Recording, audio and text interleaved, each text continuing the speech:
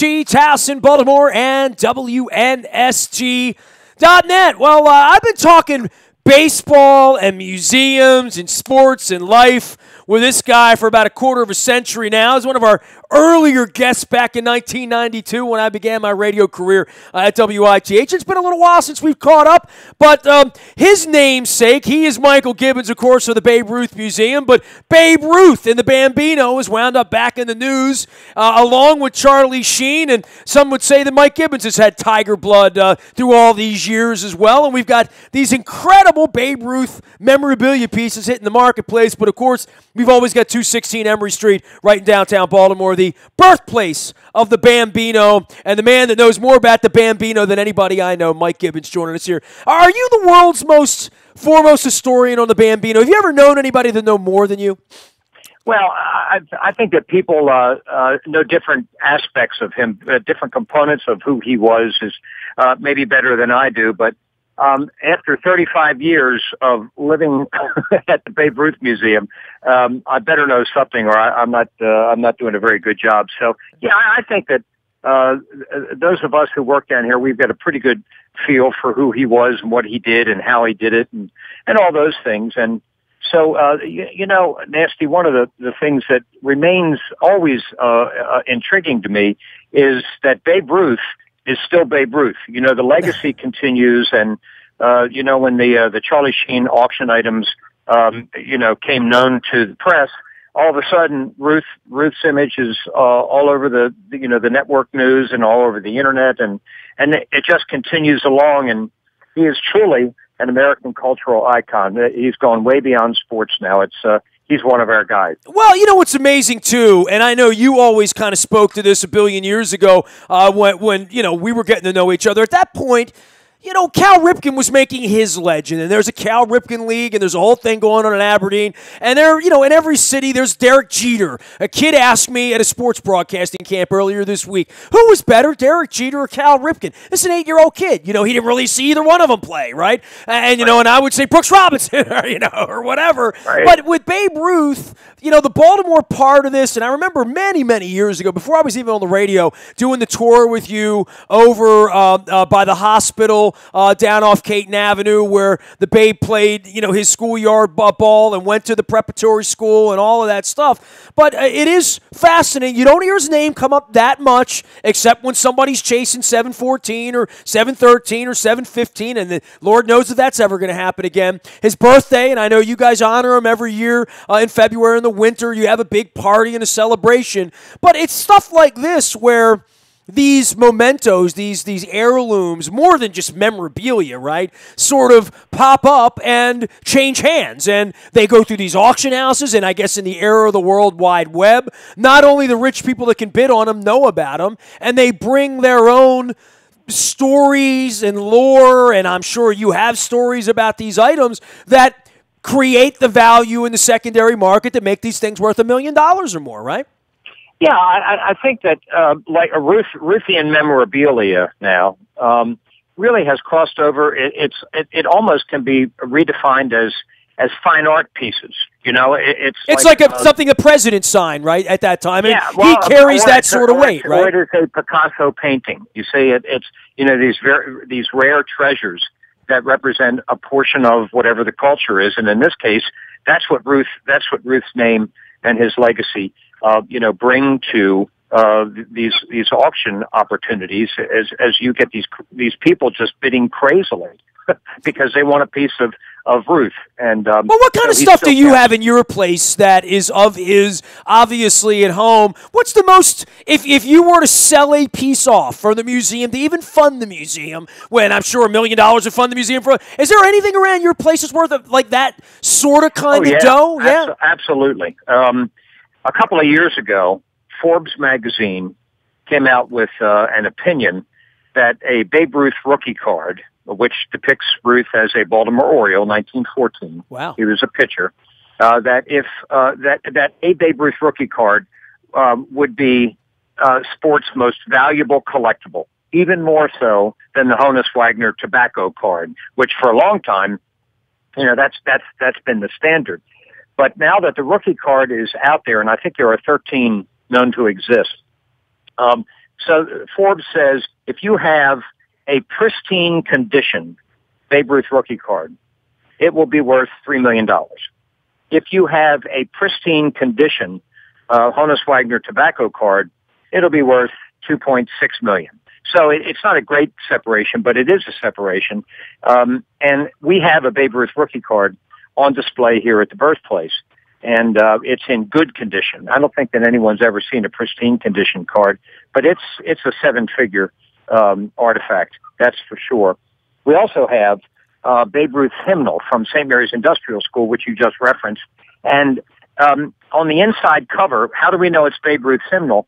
An architect found the hymnal under the floorboards of St. Mary's when they were preparing to convert it to become Cardinal Gibbons High School back around 1960.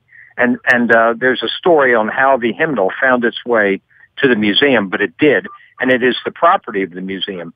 On the inside cover of this hymnal, it says, George H. Ruth, world's worst singer, world's best pitcher. And now, this was a kid, so the signature does not look like what we came to know as the Babe Ruth autograph. It's George H. Ruth. But we had, and so for years, authenticators and appraisers doubted the authenticity of this piece. About 4 months ago, we brought in an FBI forensics handwriting specialist, and he devoted a lot of time to evaluating the piece, and he came back in writing saying that it was authentic, and that would make it the oldest surviving signature of Babe Ruth in existence, and we're having it appraised as we speak.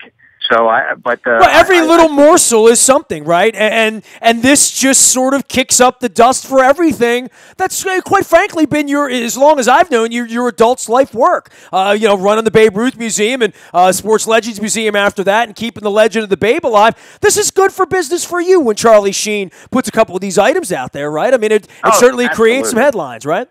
Right. I mean, it just. You know better than anybody that any publicity, any PR is good PR, ultimately. And but yeah, I think that the Sheen thing. There's an interesting little sidebar to this, and that is that years ago, a man came to us from New Jersey, and he had with him a Babe Ruth Yankees road jersey. And he said, I'd like to put this on display. I bought it at auction. My wife does not know that I have it, and I can't keep it at home, so I'm going to give it to you guys to let the public enjoy it if you would like. And so we said, yeah. And he said, the only way that it leaves here is if I die. And if I die, in the will, it says it goes to my wife, and she can do with it what she wishes. Well, years go by, and the man, and people love the jersey. It's one of the few road Yankee jerseys of Babe Ruth's. And so people love to look at it. And then the man came to see us years later, and he said, I'm dying. Wow. Get ready. So he died. Now, he had purchased that jersey for, he had purchased it for like $100,000 back in the 90s. Now he passes away. The wife takes the piece and auctions it off, and it goes for $450,000. Okay? He essentially bought her a stock that everybody got to enjoy for 25 years or whatever, right? I mean, right, it really is kind of incredible, right? Yeah. So anyway, it gets sold. And the person who bought it auctioned it about 2 years later again. All right. So now this is the second iteration of auctions. And Charlie Sheen got into a bidding war with somebody else for this jersey. And he paid $4.6 million for it. Oh, my.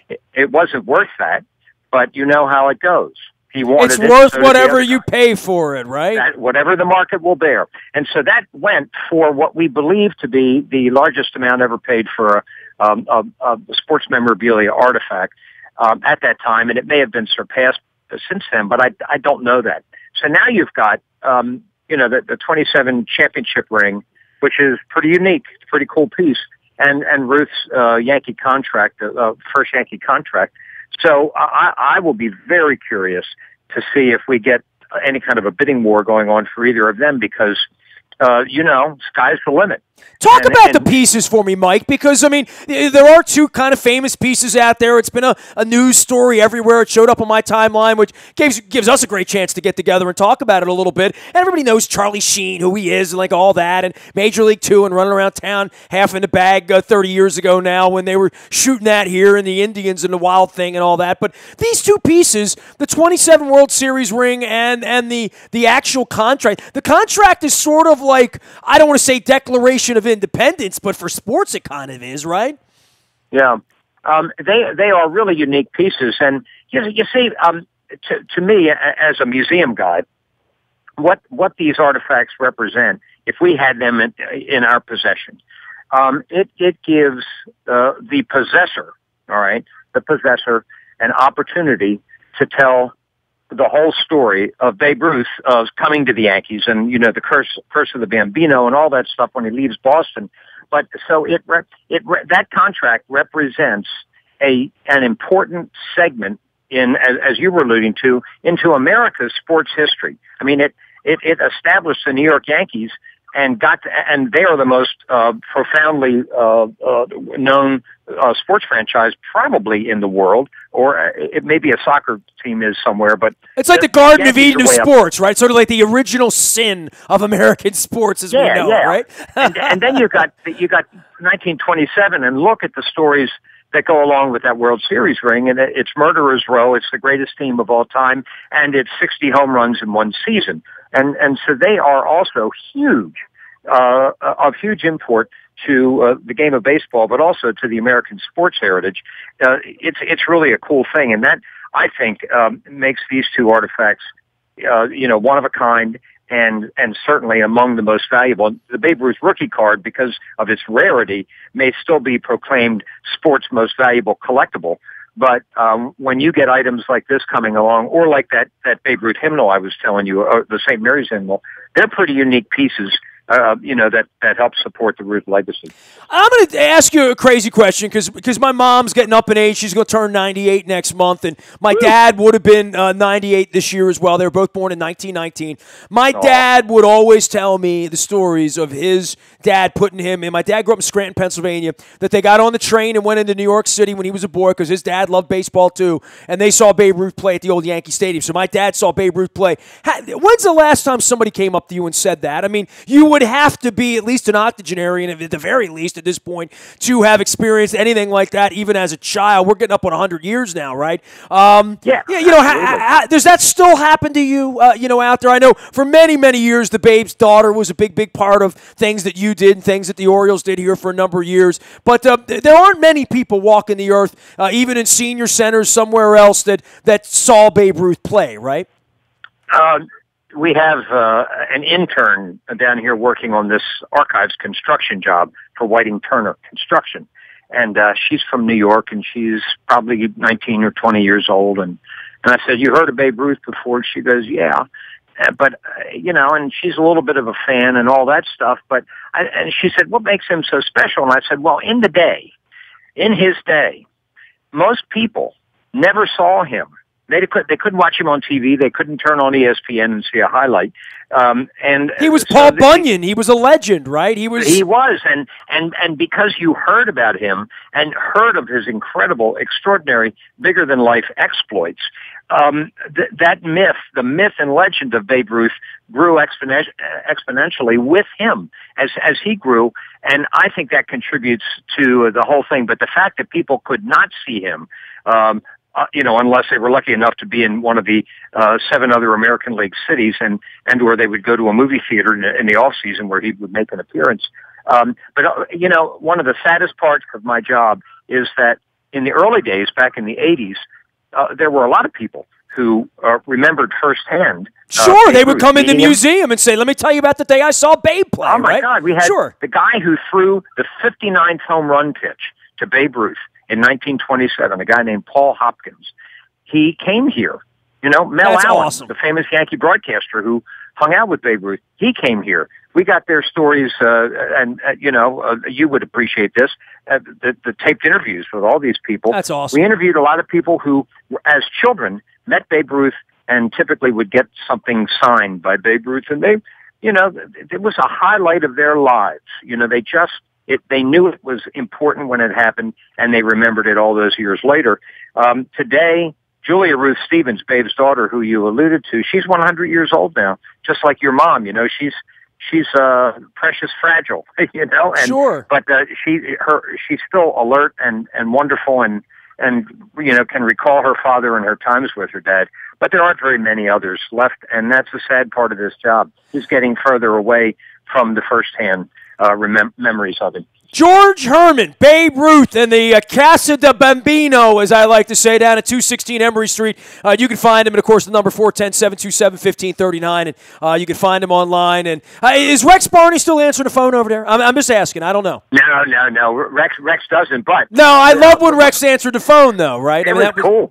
That was the best. Thank you. Thank you. But we've talked to Fred Manfra, and Fred has retired, but we're gonna. We've asked Fred to be the new voice of the museum. Good, good. Think that, we'll get that up as soon as we can get him recorded. Fred's pipes are just as good. We'll take them. Hey, man, good luck with everything. The BabeRuthMuseum.org is the way to find Michael Gibbons, of course, the longtime executive director and family de Bambino down at the Babe Ruth Birthplace and Museum. We look forward to seeing you sometime soon. I know our paths haven't crossed too much here lately, but times are good, and we'll come and visit with you some point over there. Too many Yankee jerseys over there for some people. Well, I'll tell you what. This building is fully renovated now. The last thing is the archives that we're completing now, the new archives. But it's really fun, and we should do a party for you guys down here. Bring your fans and let's go get them. Maybe we do a pregame and go over to the ball game. Well, it'd be beer and hot dogs if it was Babe Ruth. So I mean, absolutely. You got it. All right, Nasty. Thanks. Well, great having you on. Having me on, man. Good to catch up with you. I hope to see you soon. Michael Gibbons, our longtime friend from the Babe Ruth Birthplace and Museum, joining us here on WNST and talking a little Babe Ruth lore and the Charlie Sheen contract, as well as the 27 World Series ring. You can find me out in the Bayou Toyota Audio Vault 24 hours a day from anywhere in the world on your mobile device by downloading the TuneIn Radio app. We do come in crystal clear from anywhere in the world. Just find us. Our morning newspaper ships to your email inbox at 7 a.m. every morning. That is brought to you by Planet Fitness and PlanetFitness.com, where it's $10 a month to get in the best shape of your life, guaranteed. And now it's summertime. Why not find that Planet Fitness? Go to Planet of Triumphs. Learn more, do more, get yourself in shape. Any breaking news that happens this summer is going to happen first on the WNST Tech Service. That's all brought to you by our friends at Coons Ford, Security Boulevard. Dennis Kolatzos will be here on Thursday, driving you home from 3 until 5. It is the SSV on WNST, the Sunday Sports Voice, now heard on Thursdays. So hope everybody's having a great summer, great 4th. I'm easy to find in the beer garden somewhere in Dundalk. Nasty at WNST.net finds me. And wherever I am, I'll be on Facebook, Twitter, LinkedIn, Snapchat, Instagram, and streaming live on our Facebook, as well as our YouTube WNSTV channel. I am Nestor. We are WNST.net, AM 1570, and WNST Towson, Baltimore, and we never stop talking Baltimore sports.